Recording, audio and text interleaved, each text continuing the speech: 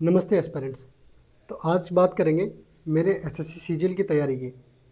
मैंने कैसे तैयारी की और मैं उसके बाद एक कंप्लीट एसएससी की तैयारी की स्ट्रेटेजी बनाऊंगा, जो कि मैं आगे एक पेपर पे लिख के आपको दिखाऊंगा।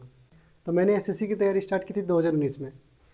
2019 में मैं ग्रेजुएशन पार्ट 1 में था। तो मैंने सोचा कि ग्रेजुएशन के साथ साथ सीजीएल की तैयारी भी कीजिए। तो मेरे ही शहर में मैंने एक ट्यूशन पकड़ा और वहीं पर पढ़ने लगा। वहाँ पे पढ़ते पढ़ते करीब 70 से 80% सिलेबस कवर कर लिया था। फिर उसके बाद कोविड आ गया, फिर ट्यूशन छूट गया। फिर बाकी सिलेबस मैंने घर पे कंप्लीट किया, अभिनय सर से, नीतू मैम से, गगन प्रताप से, और भी बहुत सारे टीचर्स थे। फिर उसके बाद मैं मॉक लगाने लगा, और उसके बाद जैसा कि आपको पिछले वीडियो में पता हो कि मैंने फिर एसएससी सीजीएल की तैयारी छोड़ दी और फिर बैंकिंग की तैयारी करने लगा। और फिर बैंकिंग में जॉब निकाली और अभी बैंकिंग में जॉब कर रहा हूँ, लेकिन सीजीएल एक बार भी नहीं निकाल पाया। कुछ कुछ मार्क्स से मैं रह गया। तो जो सीरियस वाला अटेम्प्ट था मेरा सीजीएल का, वो 2024 था। उसमें मैंने बहुत ही अच्छे से तैयारी की थी। तो उसमें मैंने सिलेबस मेरा कवर था सारा। फिर मैं मॉक लगाता था, जीके याद करता था प्रीवियस ईयर से, प्रीवियस ईयर क्वेश्चंस भी बनाता था, और बहुत ही अच्छे से पढ़ाई की। लेकिन जो मेंस में जो था, उसमें मेरा 10 मार्क्स से शॉर्ट रह गया। तो इस तरह से मैंने तैयारी की थी, लेकिन मेंस एक बार भी नहीं निकल पाए। हाँ, मगर तीन तीन बार मैंने प्रीलिम्स निकाला।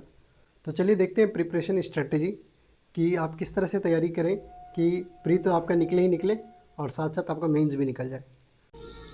तो ये मैं बेसिकली उन एस्पिरेंट्स के लिए बना रहा हूँ जो एसएससी सीजीएल 2026 की तैयारी कर रहे हैं। सबसे पहले देखेंगे सिलेबस, और सिलेबस में सबसे पहले देखेंगे वो कौन कौन से सब्जेक्ट्स आ रहे हैं और उसमें क्या क्या पूछा जा रहा है। तो सब्जेक्ट्स में सबसे पहले मैथमेटिक्स, जो कि आप आगे देखेंगे इसमें क्या क्या पूछा जाता है। उसके बाद रीजनिंग, देन उसके बाद इंग्लिश और जीके, जिसे हम लोग जनरल अवेयरनेस भी कहते हैं। उसमें एसएसटी का, सोशल स्टडीज़ का 4 सब्जेक्ट आता है और साइंस का 3 सब्जेक्ट आता है। मैथमेटिक्स में अर्थमेटिक के चैप्टर्स रहते हैं और एडवांस के चैप्टर्स रहते हैं। तो वो आपको बुक्स में मिल जाएगा। इसे आप अगर आप जब पढ़ाई कीजिएगा तो आप कुछ कोर्सेज़ खरीद सकते हैं। कोई भी आप जिस भी टीचर को पसंद करते हैं उसके कोर्सेज़ खरीद लीजिए। वरना अगर आप यूट्यूब से करना चाहते हैं तो यूट्यूब पे अभिनय सर, राकेश सर हैं, और गगन सर हैं, और आदित्य रंजन सर हैं। तो इन सभी से भी आप पढ़ सकते हैं। उसके बाद रीजनिंग में, रीजनिंग ऐसा है कि आप 1 से 2 महीने यूट्यूब पे भी दे दीजिएगा और सारे टॉपिक्स कवर कर लीजिएगा तो आपका रीजनिंग अच्छा हो जाएगा, और उसके बाद मॉक लगाते लगाते रीजनिंग बेहतर ही होता जाएगा। उसके बाद इंग्लिश, इंग्लिश में आप निमिषा बंसल एक मैम है, उनका 120 रूल्स ऑफ ग्रामर है, वो आप देख सकते हैं। उसके बाद आप नीतू मैम का बुक ले सकते हैं, वॉल्यूम 1 और वॉल्यूम 2। उससे आप ग्रामर पढ़ सकते हैं और वोकेब वगैरह याद कर सकते हैं। और एक ब्लैक बुक भी अच्छी बुक है, वो भी आप देख सकते हैं, उसको परचेज़ कर सकते हैं। जीके में लूसेंट से आप पढ़ सकते हैं। लेकिन अगर आपको वहाँ पे पढ़ने में बोरिंग लगता है तो आप परमार एसएससी एक यूट्यूब चैनल है, अभी के टाइम पे काफ़ी पॉपुलर हो गया है। आप वहाँ से भी सारे सब्जेक्ट्स कंप्लीट कर सकते हैं, और साथ में पीवाईक्यू के क्वेश्चंस आप देख सकते हैं, और वहाँ से आपको याद करना पड़ेगा। कंसिस्टेंटली आप ये सभी चीज़ें करेंगे। उसके बाद जब भी आपका जो सिलेबस है वो 50 to 60% कंप्लीट हो जाएगा, तब आप मॉक देना स्टार्ट कर सकते हैं। और मॉक में वो सारे टॉपिक्स जो आप पढ़ चुके हैं उसके क्वेश्चंस आप देखिएगा कि वो क्वेश्चंस बन रहे हैं या नहीं बन रहे हैं, और अगर कोई छूट रहा है तो वो क्यों छूट रहा है, अगर कोई क्वेश्चंस गलत बन जा रहे हैं तो वो क्यों बन जा रहे हैं। और जो टॉपिक आपने पढ़ा नहीं है तो उसके बारे में आप नहीं उतना सोचेंगे, वो जैसे जैसे आप सिलेबस कवर करेंगे तब फिर उसके बाद उसके बारे में सोचेंगे। और कई सारे ऐसे प्लेटफॉर्म हैं जहाँ पे वीकली टेस्ट आता है फ्री में।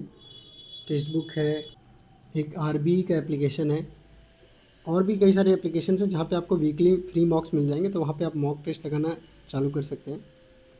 और उसके बाद जो भी, जैसे मैंने आपको बोला कि टॉपिक जो ऑलरेडी हो चुका है वो उसके आप क्वेश्चंस प्रैक्टिस कर सकते हैं।